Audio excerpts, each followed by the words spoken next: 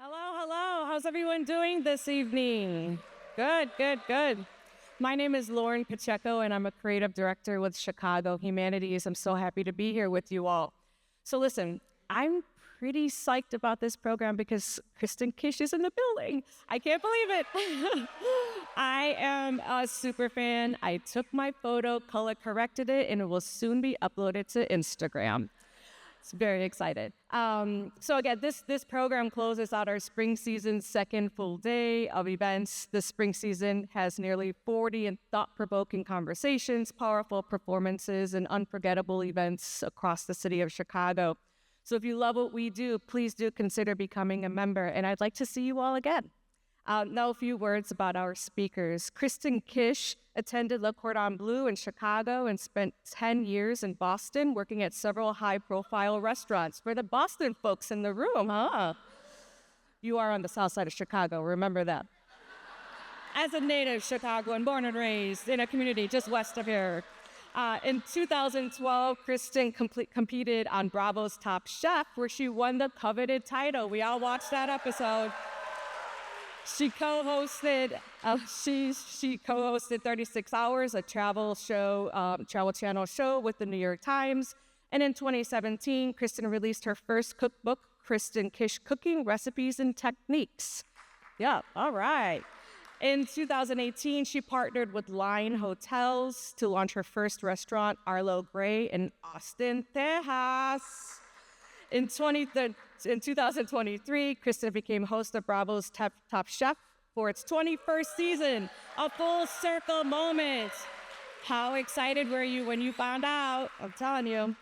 And she was rejoining the Top Chef family after 10 years later.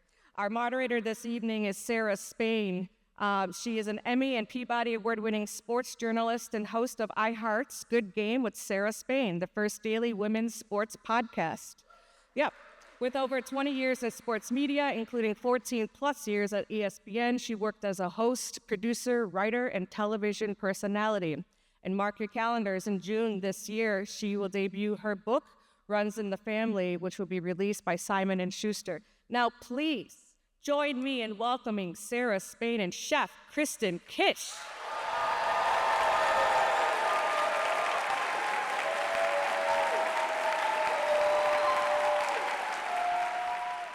All right. Hello. Oh, we got a live one. Yeah. This is a great audience. Hi, guys. Thanks for being here. It kind of feels like we're at medieval times or like a really elaborate high school production of Romeo and Juliet. So I'm excited about the space, excited for this conversation. I mostly heard your intro that she did, but just in case it wasn't in there, New York Times bestselling author Kristen Kish. In the first week, I feel very proud of that. That is so exciting. We're going to get to that, but I wanted to start with where we are. We're in Chicago. This is where you landed after high school and a sort of half-hearted attempt at college. Correct. You started your culinary career here at Le Cordon Bleu in River North, next to where I used to live. I used to look directly at Le Cordon Bleu. Did you really? I lived in the building, like literally across the park. No shit. Well, the school's not there anymore, so I think they took it down. I don't know. I think they shut it down after you. They were like, you can't do any better. Yeah. So most important things first. You're in Chicago and you have a little time. Where do you go to eat? Okay, well, we came in this morning. We drove from Milwaukee to Chicago, and the very first place before checking into the hotel, we went to Kasama for brunch. Yes. Yes. I still haven't been there. And I live close by, so I just walk by the line all the time. Like, I need to do that. Yeah, well, I'll give you the context so you get the back door entrance. Yes. Yeah, I got you. Literally, this was worth my time already. So what would the Chicago you, the kid who was finding her purpose in the world here in Chicago cooking, but still didn't have a lot of confidence yet, still wasn't public about her queerness, what would she think if she was sitting out there and saw you here on stage, thriving, married to a gorgeous woman with a list of accomplishments a mile long? Like, put yourself back into her mind.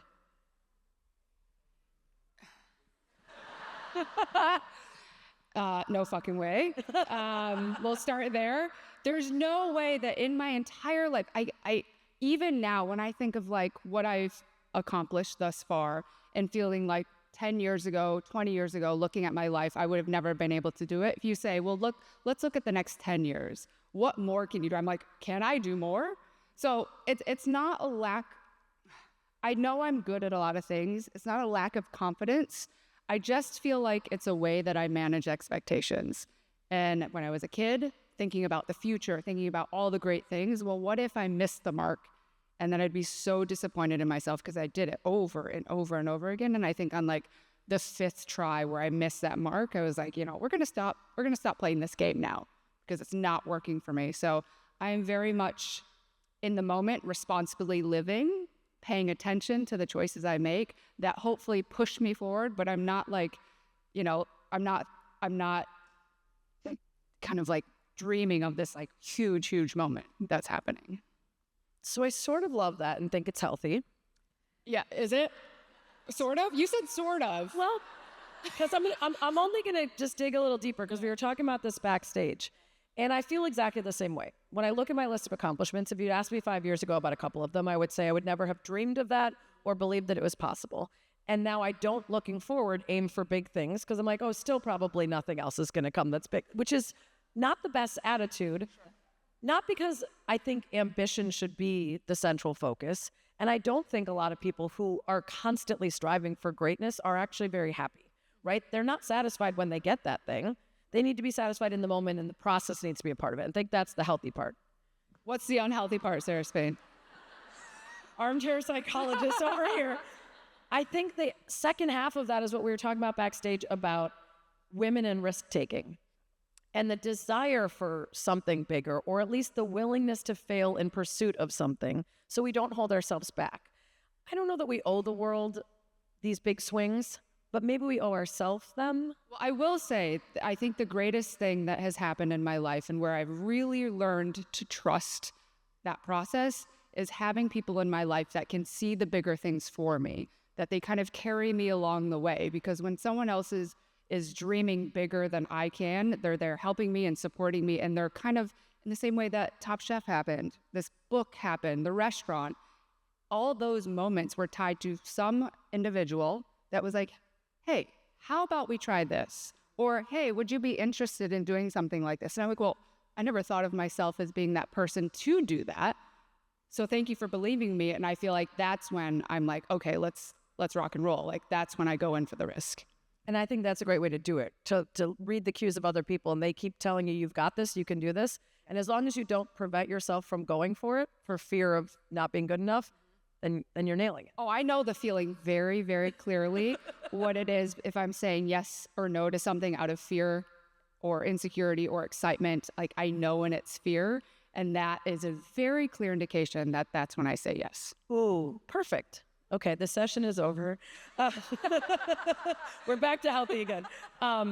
Okay, speaking of New York Times bestselling author, I can't imagine that would have been on the list of things for young Kristen at Le Cordon Bleu. Yeah, clap it up. That's incredible. The book's barely been out, and you already hit that mark. What was the feeling when you heard that news? So I like loosely knew that obviously that's something that happens when you write a book. You're like, are you going to make the Not list? For everyone. No, like, but no, not making the list, but that list is sort of in the reach of possibility, where yours will be too, by the way. And what happened was I knew it was there. I try not to focus on it. It was similar to when I knew like Emmy nominations were coming out, and I like tried to ignore it. But my manager, we were in Seattle during the book tour, and my manager showed up. We parted ways at the airport. She was going to go get settled. She was like, I'll meet you back. I'm going to shower, whatever. We'll go to lunch. Fine. So I get out and go, and like I'm just like cruising around, bopping around. And she shows up. She's like, where are you? And I gave her my location. She shows up, sits down. I'm like, you're still in your airplane clothes. Like you haven't showered. Nothing has changed. What the hell have you been doing? And why are you here? Why didn't you do what you said you wanted to do? And she came, and about 4 minutes after she sat down, I get a FaceTime from my editor.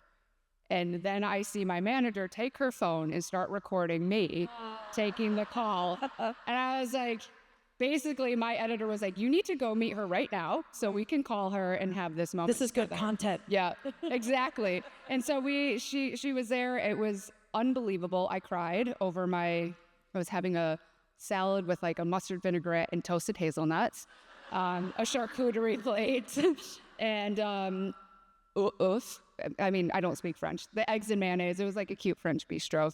And then I started crying, and it was incredible. Were there reservations about writing a book, either the actual process and time or the unearthing of your life and some of the intimate details of others in your life? There weren't reservations. I was more excited. My only thing right at the beginning when this opportunity presented itself was like, do I have enough to say? Like,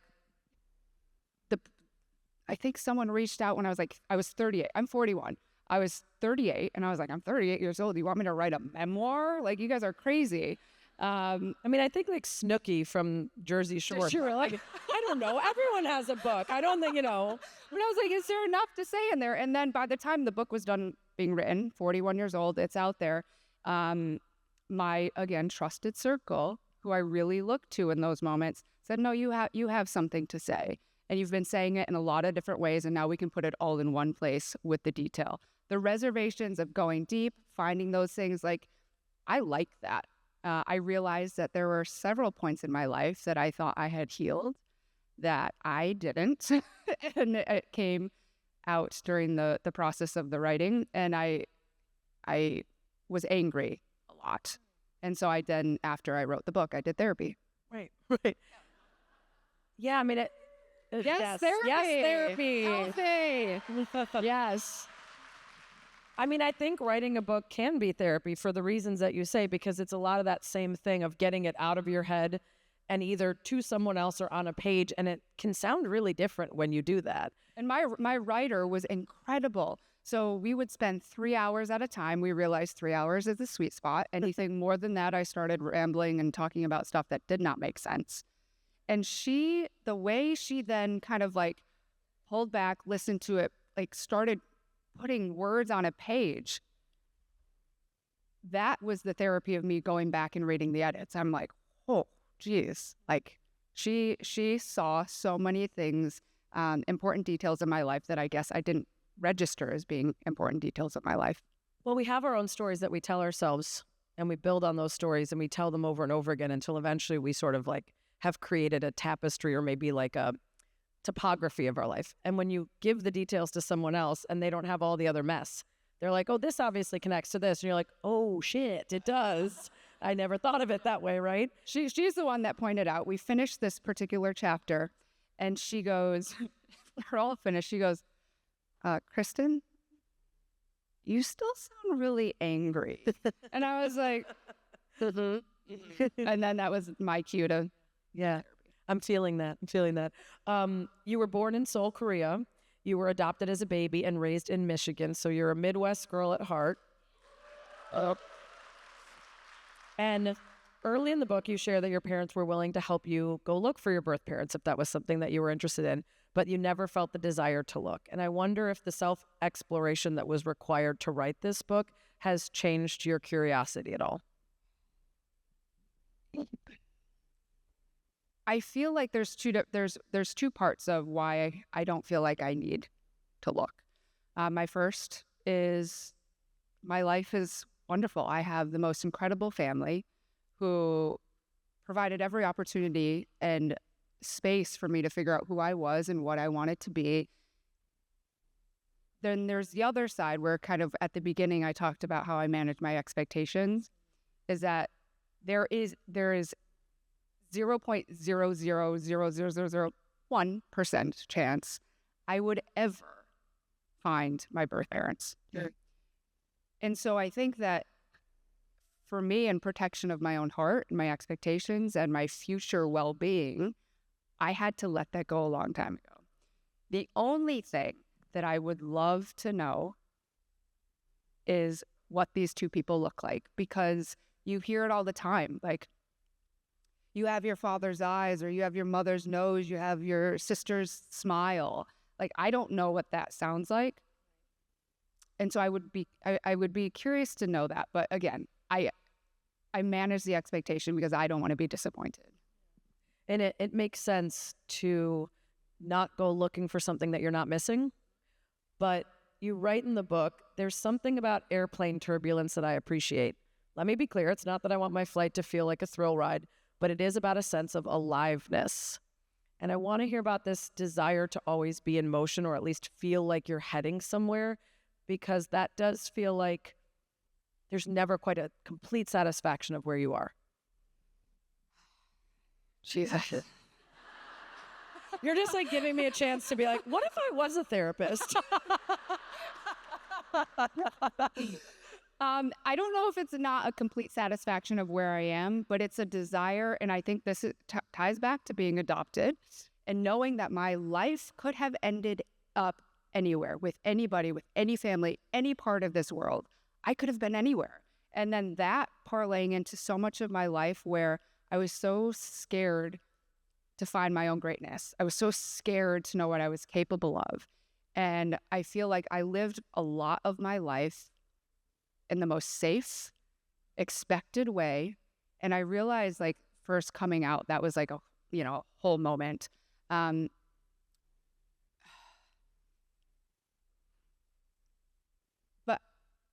I don't ever want to disappoint myself and the way that I know that I've felt before. And so I am not ever, see, this is therapy. Now you're going to make me emotional. Let an opportunity pass me by.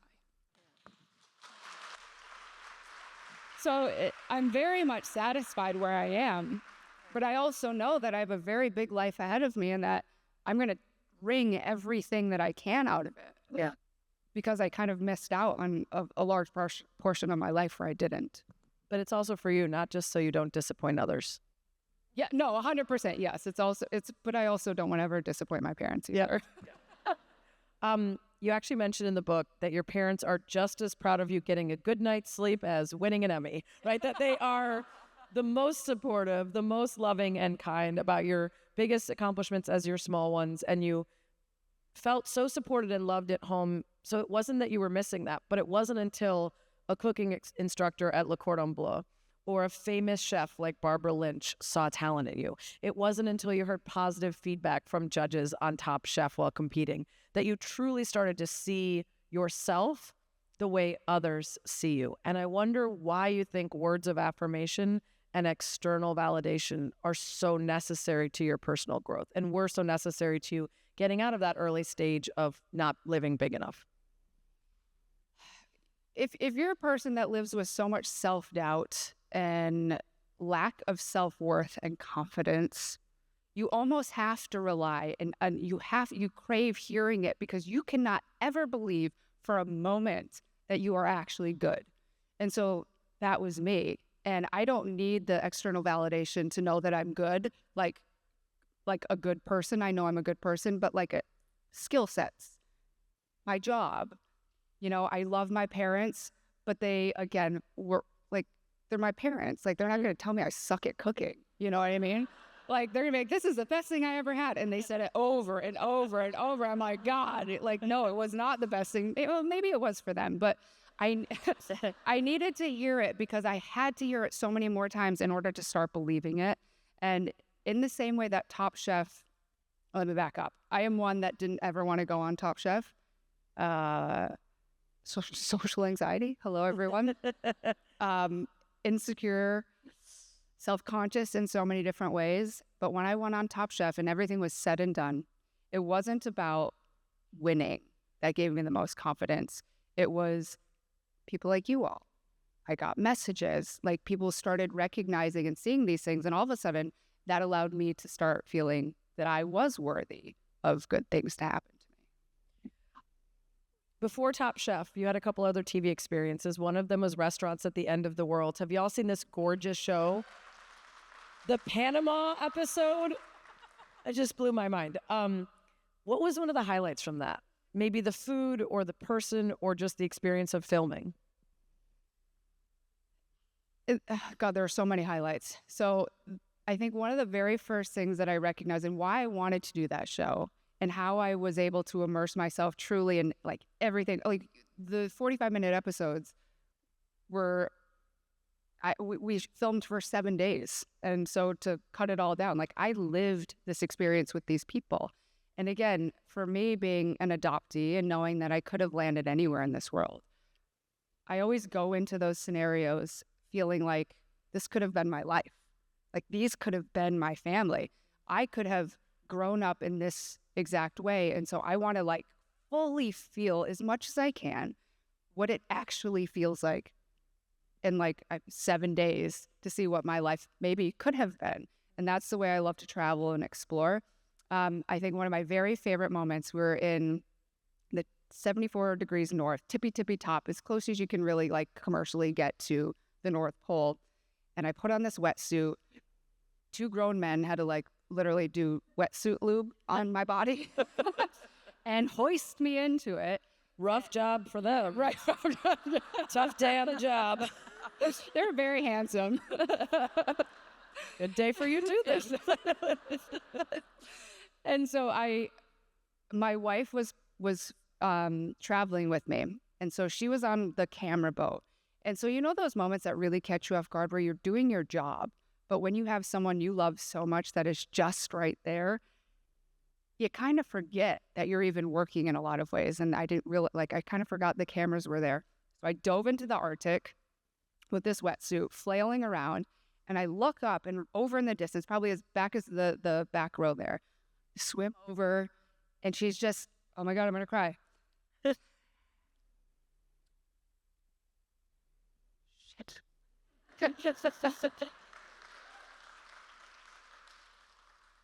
Speaking of the moments that you never want to let pass you by, and she was on that boat. And I looked up and I saw her and I was like, fuck, we were in like the middle of the Arctic Ocean. And I was like, I am not going to not include her in this feeling that I have. So I swam over, I hoisted myself up on a boat in this wetsuit with a full head thing. I looked like a seal and I like put myself up. I kissed her and then I swam back and started filming. Oh. You're going to make me cry. Whenever I talk to lesbians, I'm like, I'm doing it wrong. And honestly, I love my husband so much, but we're not swimming in the Arctic to get one kiss. We'll just get to it later. Where's Brad? Your husband is Brad here. is here. There he is. Hey, Brad. Brad, if we're ever in the Arctic, I'm swimming to that boat. I'm going to find you, baby. Let's talk about another show you did, Fast Foodies. Yeah, less emotional. Yes, let's pivot. Fewer tears. I was obsessed with Fast Foodies. The most fun show and the perfect vibe for the time. We needed it. It was in the midst of COVID. We just needed some silliness. But you took the food part very seriously, which was the fun part about it. If y'all didn't watch, it was essentially they would have a guest on who was a celebrity who would describe one of their favorite fast food items. The chefs would compete to make the best recreation and then make a fancy spin on it too. And it was really cool to see the things that you did, but you also said you made some of your best food in that atmosphere.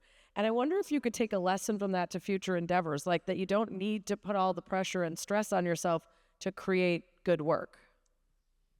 You know, I think Fast Foodie is like, I love cooking food. It brings me so much joy. But when I cook for people, like there is a lot of pressure and almost like my need to please overtakes why I love cooking in the first place. And that's okay. Like I can balance that. I can cook at home and feel like completely relieved of pressure and like really lean into my happiness of cooking. When I'm cooking for people, I want to do it really well. And so Fast Foodies, what was your question? Just that like you said you made some of your best food, but like at the end, if you won, you would win like a mayonnaise squirting helmet or something. Yeah. It relieved me of pressure, but it gave me a goal to strive for. I never thought I was competitive. I was wrong. I wanted to beat the 2 boys so bad every single time, just for like, yeah, women in the kitchen, like my turn now. Yep. And I had a goal. It was low stakes. there was a competition, but no one was going to go home. No one was going to like feel shitty for losing. Maybe they did. I don't know. But like there was, You wouldn't know. there was, I won a lot. Yeah. It was playful enough, but it gave me a goal to strive for. And with that magic combination, I think that was the sweet spot of where I just could cook. And maybe you take that into other things. Yeah, sometimes I to cook. Try. I cook more. I realize I cook more with like instinct and soul than I do my head now, and it feels a lot better. Yeah. What's your go-to fast food order when the moment calls for it? Arby's, chicken fingers, curly fries, barbecue sauce, ranch dressing. I love chicken fingers so much.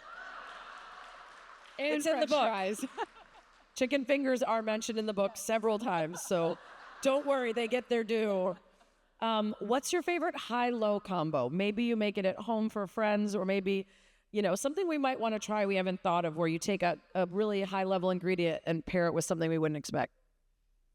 I don't know if I have a high-low. I kind of just like low. Like of course I love caviar, and I really enjoy caviar. I only like white truffles at the peak of the season. I don't carry me all the way through the end because then I get bored of them. Black truffles aren't my thing. Foie gras, I clean too many lobes of it and I can't eat it anymore. Sea urchin, only if it's Santa Barbara. I think Japanese uni to me tastes bad. So like, no, I'm not a high eater. I am raised in Michigan, people, like the Midwest with access to like one like cuisine that mixed all the Asians Just together. casseroles. Yeah, exactly. Easy, good meat and potatoes, hearty food. Would you ever open a restaurant like that? Yes, I was just talking about it today with my assistant Robezi back there. I was like, we need just like home cooking. She's Dominican. I was like, I will like be your backer on just like a good Dominican restaurant. I don't know. I feel like we can definitely get that to take off. I don't know if we can get Judy Kish's meatloaf to take off as much, but I'll try. Yeah, I think we need more restaurants like that are just good food done really well. Less of like the foam and the splooge. Yeah, no foam and splooge. Those are fine, like once in a blue moon, it feels fancy, but I don't usually want that all the Also, time. I don't like dining experiences that are over like an hour and 15 minutes. Oh, I want in and out. That's why I love an omakase. You can have 20 courses in an hour. Perfect. and Arby's, of course. And Arby's. Also- Also menu. An efficient experience. As fun as Fast Foodies was, you do write in the book about taking a stand on that show. They asked a guest on who had some troubling accusations around him, and you suggested that they maybe not platform a male celebrity guest that had that going on. And I think anyone with celebrity or agency or any kind of power sort of does face a choice in their career at some point. Do I want to just clear a path for myself and reap the rewards of this power and agency, or do I want to make things better for the people that follow? Do you remember a moment, the first moment maybe, where you knew you wanted to change the culinary space from within it? Was that the moment, or were there times before where you were already like, I don't know that I'll be able to be here if I don't work on changing it? You know, I think I worked in some unhealthy kitchens. I didn't have the power and the confidence to like really stand up. I think, we find ourselves in these scenarios, and a lot of times my livelihood depended on just showing up to work and doing my job. And you kind of feel like you don't have a voice. Spoiler alert, you do, regardless of where you are on the ranking list. But I think Fast Foodies was something that was really like, I impressed myself immensely because I do research on the people. Like, I got the list. We have this person coming in, and no, I don't mention the name in the book. Very, very famous. But she will here right now. And so I'm doing my research because I'm like, okay, looking at like the foods that he likes, like all that stuff. And then there was like a lot of things that were just like accusations. And I was like, I don't know about this. And we're literally filming the next morning. And so I start making text messages to my managers, to our producers. I'm like, this doesn't, like, why are we doing this? And they're like, it was first met. Well, they're just accusations. I said, but where there is smoke, there is fire. And also, there are so many other people. Right. Why even just just leave it alone. He was probably one of the bigger names that had on our roster. But it was like, we don't put him on, no problem. No one ever knows any different. We put him on, and maybe something is like, comes out and it's like he's cleared of everything, whatever. But like the chance and just like the recent articles on him, I was like, this doesn't feel right. And I brought it up. They brought it up to the network. They scrapped it and they got someone in within 24 hours.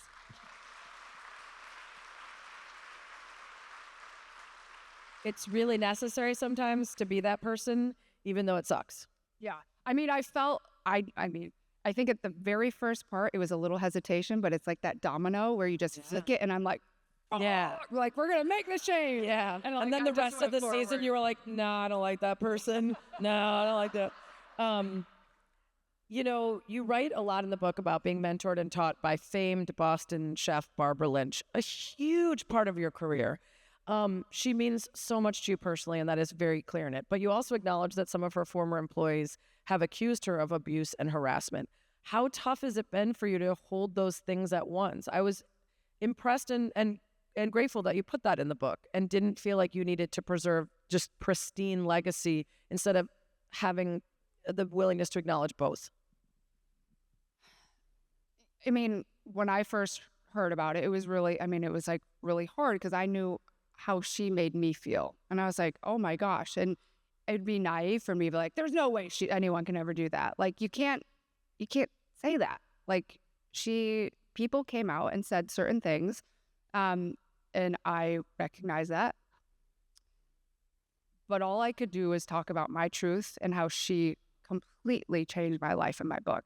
And so, not to say that the stuff isn't true or not true, all that stuff, but what I can do is tell my truth and my interaction with her. And she pushed women forward in ways that people weren't doing over a decade ago in kitchens. She said to me, she looked at me in my eyes when she came back and she said, Top Chef wants more women. And she asked, they asked if I had anyone in my company. And she said, Kristen, we need more women on TV. If all these guys can go and cook their asses off on television, have these shows, why can't women? And she just was like hammering it into me. And I was like, well, it's not going to be me. I'm not going on that show. But eventually, like, she was so adamant, and she was always pioneering this space for a lot of women. And she is, I don't know how many people had negative experiences with her. But I was one of many people I know that had a very positive experience with her. And at the end of the day, my truth is that she completely changed my life. Yeah.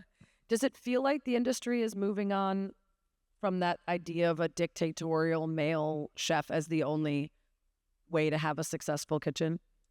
I think it is. I mean, I think there are a few things that are happening. You have chefs, the guys and women, that are just almost too scared to even screw up anymore because they don't want to like ruin their career. So everyone's like on their best behavior.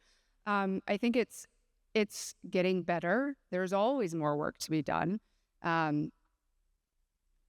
I know that where sometimes I get overwhelmed at the state of so many things that are wrong that I'm like, oh my God, how can we possibly start to fix this? Restaurants, world, whatever. And at the end of the day, all I can do is control what's in my immediate space, my nuclear space, the impact or influence that I have from the internet. And everyone that comes into my kitchen, I know that when they go off, they're going to go and add healthier ways of doing things. And as much as I love the people working for me, I cannot wait till they go and start to drop their seeds, because that's how it's going to trickle out. And it's going to take time, but it's happening. It's like the coaching tree in sports. Yeah. You are in an airport on one of your many international trips when Padma Lakshmi announces that she's leaving Top Chef. This is a primo job that you don't imagine anyone ever leaving. So you get the call, you take the meetings, you get the offer, you step onto the set the first day. It is a friendly set of many people you already know, but it is an entirely new role for you. What were you most nervous about? Disappointing the many viewers and fans. That was a lot of pressure. I think The expectations of others helps me kind of rise to the occasion. It also used to completely debilitate me. I've realized what it means now to feel that pressure to help me grow. No, I toggled a lot. There were times where I was just completely paralyzed and I was like, oh my God, please don't mess this up. Oh my God, the show's gonna tank. Oh my God, I'm gonna ruin this franchise. You know, all those things start to happen. And then when I stepped on set and within an hour, I realized that all I had to do was be myself and then reckon and deal with the comments afterwards of when people are like, wow, we hate you. And I'm like, wow, okay, thanks. Thanks so much. Luckily, there's far more compliments than there are hate comments, but it was nerve-wracking. And It's funny because I expected it to be more procedural, and instead I hadn't even really thought of it. It's like a Marvel movie, right? Like it's a system everybody already loves, Yes, and yeah. then you step in and they're like, oh, that's not what Ant-Man's supposed to be Right. like or whatever. Like no matter how great you are. Yeah. Well, we liked Padma Well, because she was the host for the whole time. 20 oh no, I think Gail did the 19? first season and then they added no, Katie Lee. Katie Lee. Yeah, Katie Lee. And then Padma for 19 seasons. And to say that, like, you know, change is hard. And when you're used to seeing someone for so many years and then all of a sudden this new person comes in. I think what I had going for me, though, was that I was a former contestant. So there was already a little built-in We knew you and loved you. Yeah. Also, you're just inherently extremely likable. Thank you. You got that going for you, Thanks so much. which is nice. Give us a behind-the-scenes Top Chef secret. Something we don't know about the challenges, the judging, the taping. I mean, there's not a lot of secrets, honestly. Like, it is I've seen it from all angles now. The realest experience that you'll ever have, and the integrity is just top notch. Whenever you can't see my bottom half, I'm wearing sweatpants and slippers. I don't know. Tom is usually in shorts and sandals behind Amazing. judges' table. I can't wait for those to leak. They're out. I That leaked. I Blake already leaked Lively them. scene from Gossip Girl where they forgot and it's in the show and she's wearing sweatpants on the bottom. And also, whenever I'm sitting at the dining table, my pants are unbuttoned. I've been wondering that since day one. Yeah. When I really enjoy a meal, I have to remind myself before I get up to leave that they are not done. And you are wearing the cutest, tightest things. And I'm like, there's like 9 courses that they're powering through. Yes. How is she doing this? The pants are unbuttoned, or in the back, if it's like a really great day and my stylist really loves me, there's elastic on the Yes. Oh God. That should just always be a thing. It's just comfortable. Yeah. So you said there's not really secrets. We see it all. I have a friend who competed and went out on a bad batch of broccolini. And who was that? CJ Jacobson, Oh, who has sure. restaurants Yeah. here, Ima and Abba, just fantastic. Yeah. And he claims that he didn't want to serve it because he knew it wasn't great, but maybe they'd already photographed it or he'd already told them and they said you have to serve it. So is that a thing sometimes where like you've already promised something or they've already You have to serve food. Like, Well, no, it was a side part. It was a side dish to the main, and he was like, this didn't work out, Yeah, so I'm not going to include it. And they were like, you have to. I think once you get to a place where you you mark your dish, like you've got to serve it. Right. I think there are components where if you just don't say it out loud. That's the thing. As you're going through the process, she's like, I don't like that sauce. I wasn't meant to have the sauce. But I think that there's the beauty plate. So if you have 10 diners, you always have to make 11 plates. Now there is one rule. There's many rules, but there's a rule that if you miss a plate, the camera always has to eat. So one of those empty plates is going to go to the table. You can't send an empty plate to the beauty. Yeah. So if you're off by one, you know that there's one sitting right there for that judge that didn't get one, and instead the camera's shooting The it. camera eats because you guys all have to see it. Yeah, we need to see that the details. Yeah. You know, in the book, you write about a seminal childhood moment where your friends try to give you a makeover.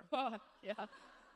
And that you struggled for a long time with personal style and how do I feel me in clothes? In fact, you loved the kitchen when they assigned you, the kitchen clogs and pants and top and didn't have to think about it.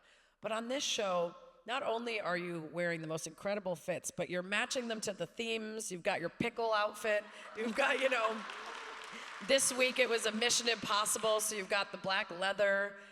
How did you come into finding what made you feel yourself and then also deciding to like really be experimental and fun with it?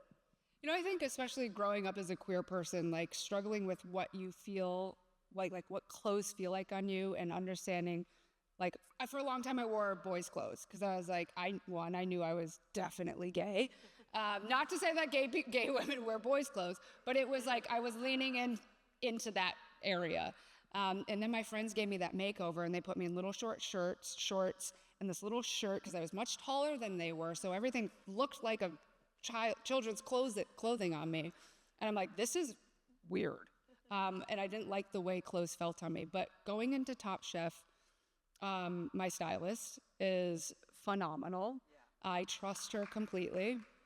Yeah. Shout out the stylist. Yeah, Charlotte. You always look unbelievable. Thank you. Yeah, I don't pick things out myself, but what she does, say we need 40 outfits for the season, I try on probably 200 pieces of outfits. And like we edit, we pare it down. We go into a season with, I don't know, 3 times the amount of outfits that we need. But we try it on, and I immediately know if it's a yes or no. At my very first day of hosting, I was wearing a black jumpsuit, like a heeled wedge boot, and my hair was really tame. And I was like, I don't want makeup. And everyone's just like, oh my God. I was like, just put some powder on me and send me out. I don't care. And then slowly I started to feel more confident in my role, which made me more confident in exploring more of myself and my identity through clothing. And I love it. But nothing I wear is against my will. Like, there have been a couple comments that are like, you're making it look too femme. And I was like, no, I'm feeling super femme today. Like, that's what we want. I love that. Yeah, and I love it so I think much. Padma said she had clothes for the beginning of the season and clothes for the end because she had to eat so much. Do you have to think about that? Because it doesn't look like you have to think about that. Ever. No. No. Great. My wardrobe is No, great. That likability went down just now.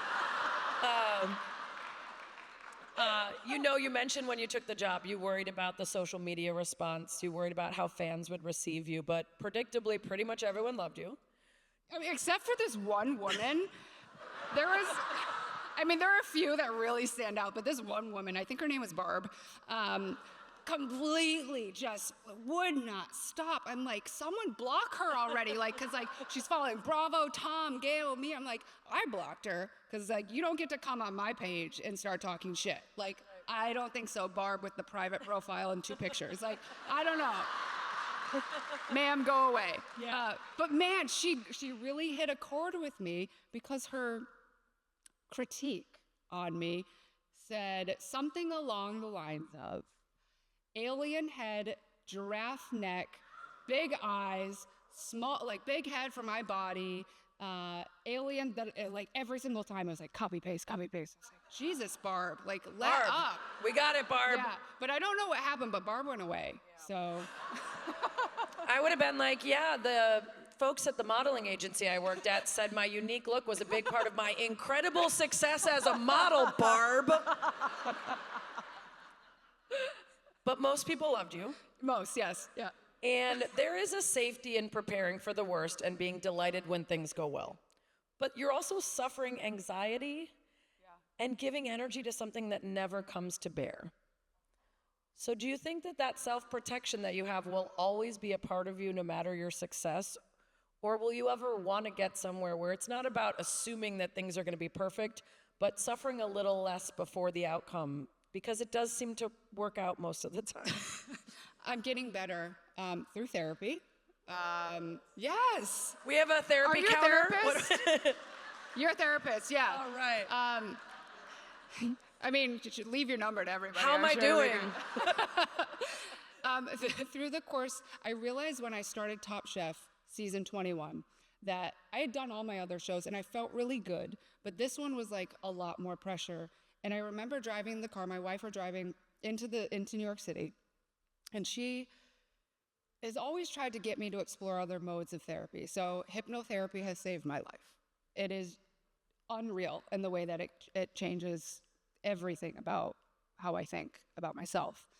And we were driving, and I was like, she's always asked me, how about you want to try it? You want to try it on public speaking? You want to try it? And I'm like, no, I'm good. Meanwhile, I'm projecting good, but inside they are all screwed up. Like, I'm like having panic attacks leading up to things and then ruminating once it's all done. And we were driving, and she goes, do you want to maybe just try it before you start this season? And yes. I was like, because what I wanted to do was be completely present in this amazing opportunity that has presented itself. And I wanted to live the experience and not feel so disconnected from my moment. And so I said yes. And that just was like, it changed everything.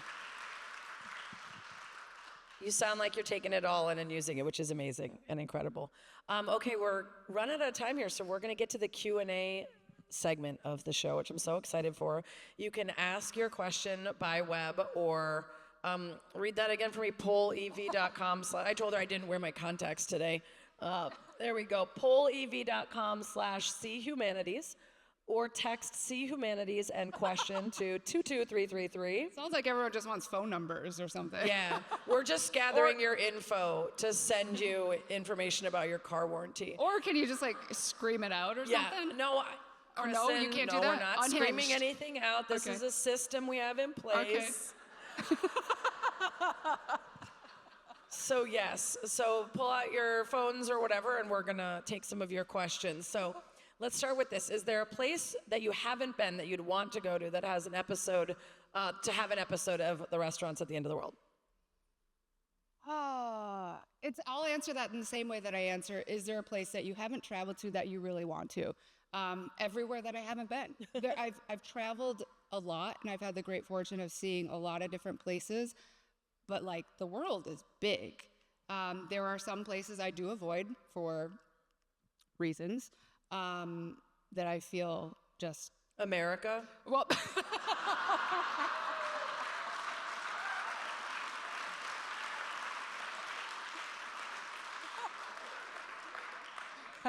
Where my marriage is not recognized, I do not go. We'll just say that. Out of just safety, principle, all the things. But no, everything other than that, like fair game. Like I want to see the most interesting things that my eyes have ever seen. I want to taste the things that I've never tasted before. I want to learn from the people that I am enamored by and challenged by. And I want to have conversations that completely get me to view things differently. I love that.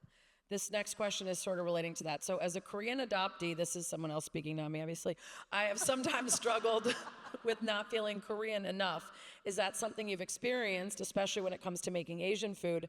No, this is not something that we ask of Americans making French or Italian food. Very true. I'll give you a story. When I was going to Austin, I get in my car from the airport to my restaurant. And I was going to just like look at the space, and the driver is making small talk. First of all, I'm not a small talk person in the car. Like Uber has now that thing where you can say do not talk or no conversation. That's me. And we go, and this guy is like, oh, what are you doing here? And I go through the whole thing. Like, what do you do? I'm a chef. Oh, what kind of food do you cook? I say, I love making homemade pasta. And he goes, like ramen? Cue the eye roll and the F-bombs internally. I was like, are you serious right now? Like, also Texas. Like, I was like, do I belong here? Like, something is like, and so I had to explain, no, like pasta, like Italian pasta, capellini, capelletti, like tortellonis, all those things. And he was like, oh. And I know that when you look at me, maybe the assumption is that I cook Korean food or Asian food, which I don't fault anyone for. But when you place your expectation on me to make yourself feel like a certain way, that's when I have a problem with it. But no, I do have, I struggle with, and still do sometimes, of not feeling Korean enough, especially when I went to Korea for the first time. And that is the epilogue in the book, where I was gearing myself up for the worst case scenario, and I actually got there and was pleasantly surprised. And the warm welcome that I had from a lot of Korean older women was things that reduced me to complete tears because it was almost as if that could have been my mother. Yeah, I mean, I think what you mentioned about realizing that you could have been adopted to anywhere and anyone, and instead of being a Michigan Midwesterner, you could be a Brazilian, right. You could be a Russian, you could be in Africa, from anything. And so you are a person of the world. And I think that's wonderful that you want to see all of it, but also that you don't owe people. And I think you mentioned that in the book too. You loved getting messages from women and from Asian women in particular, Korean women, about representation. And it did make you a little more curious to know that part of yourself. Which sometimes you forget. Like I forget I'm Korean, Asian. Like I look in the mirror and I'm like, oh, right, yes. Yeah. I forget I'm a woman and then I check my paycheck. Oh, yeah. Oh. Yeah. Somebody wants to know, they said they're a big fan ever since you were competing on Top Chef. How long does Judge's Table actually take? Judge's Table takes 3 hours, 2.5, 3 hours. Whoa. Yeah. No, we have full. Are you drinking that wine, Torlani or whatever it's called? Oh, no, it's Josh. It's Josh Sellers. Oh, yeah, it's Josh now. Sorry, new sponsor. Yeah. We don't speak of the other one. No, we eat gummy candy. Like Judges. It's regular gummy? Oh, yeah, no, like candy. Yeah. You should try that sometime, though. That'd be a fun Judge's Table. But we're having conversations. Like, it's not just, I know you see just a little bit on television of like feedback.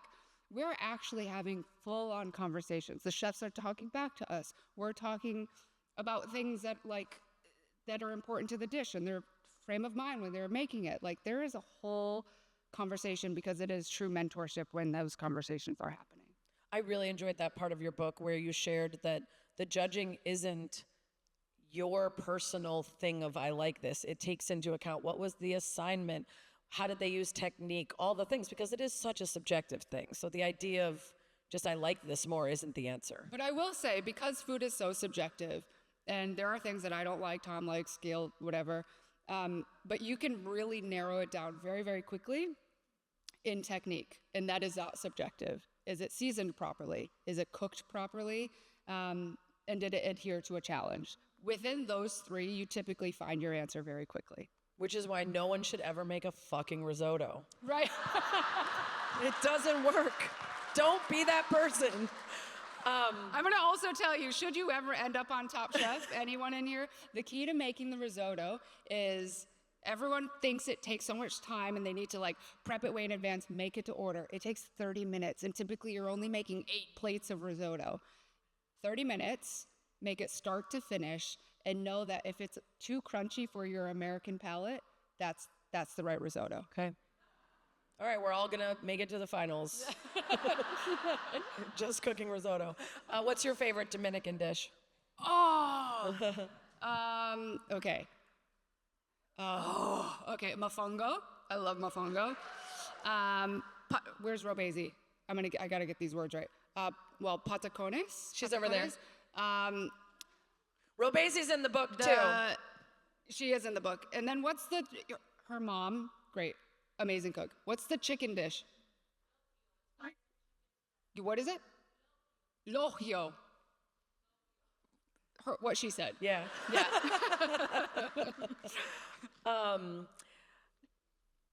I'm also wondering about on Top Chef, when you don't like something, you mentioned, do you have to ask the other judges, did they do a good job with this thing I hate? No, Sarah Spain, I'm a professional. Just because but I don't like lamb, I don't like salmon, but I know how to eat a piece of lamb and salmon and understand if it's cooked properly or if it's a creative dish. There are things that I do not like, all the things that I had mentioned, all the highs, but I can still eat them and judge it. Okay. Yeah. Because I can't. I hate mushrooms so much that I'm like, ew, it ruined everything. And now I can't, or like I don't like fishy fish, so I can't taste anything but the fishiness. You're ruining your chances of ever being a guest judge on Top Chef. I can't vouch for you. I'm totally kidding. I'm definitely not a vegetarian. That wouldn't go over very well. No, it's Top Chef is one of those things. It's been around for 22 seasons. We're just about to start our 23rd season, filming in August. Where's it gonna be? I can't say yet. But it has remained this pillar of culinary competition shows, because it has integrity and just the right people are part of it, and we're all making the show in greater hopes of creating a bigger narrative, healthier narrative around our industry that for a long time, is maybe portrayed in ways that I don't find necessary on television. And it changes people's lives, changed my life. And when Top Chef is all done and like the city goes back to normal, like people are still talking about it, like going to the restaurants that were featured on the show, seeking out their favorite chefs' restaurants. It is like the greatest thing for tourism board is Top Chef. And it completely has changed, I feel, like the landscape of the culinary world and access to restaurants and chefs. Completely. Oh, and it's done a lot for Chicago. We've had so many great Chicago chefs and restaurants. Yeah. Now, There's three. Yeah, There are three in this season, yeah. Correct. Three Chicago chefs. The Bear has also done a lot for Chicago in terms of... The Bear is also fabulous. I love that show good. so much. Yeah. It always makes me sad when chefs don't love The Bear. No, but here's the thing. People, I did not want to watch it for a very long time because people are like, oh, you're going to feel like internal... I'm like, anxiety okay, and... it's a television show. I can separate myself from a television show. The Bear is using the industry to talk about like family trauma, dynamic, things that I feel like we all have in some form, maybe not to the extreme in which The Bear has. No, my mom drove into my house on Thanksgiving. Okay. But it's just an entertaining show. Yeah. Okay, last question for you. It's a toughie. I'm not asking for the best chef or the best menu, but can you tell us about an experience of going to a Top Chef alum's restaurant that was just an incredible experience? Whether someone you competed against or someone you've judged. Or maybe even just was in a season you weren't affiliated with, but you ended up in their city and gave it a shot. Oh God, there's so many. There are so many. One of my personal favorite Top Chefs is Mei Lin, season 12 winner. I was a fan before, like I was a true fan when I saw her win the whole thing, and I was like, holy crap, who is this? And then obviously we became friends, but I did go to her restaurant. It was Nightshade in Los Angeles. Unfortunately, it's no longer there, but it was an outstanding dining experience. She was just like absolutely incredible. Gregory Gourdet, Khan in Portland, like he is exceptional in every way. Professional chef, human, fashion icon, one of my greatest friends. There's so many. Now that I've named two, I feel like I have to name everybody because I feel bad. Well, I'm gonna call all of them. Joe Flam, I saw him today. Yeah, I think we're gonna try to go have dinner at his newest restaurant tonight. Yeah, but don't go until I get a seat at the bar. Thank you. And then don't bother her unless it's to buy her drinks. Yeah. Kristen, thank you so much for doing this. The book is fantastic. Thank you everyone for coming out. Thank you for coming.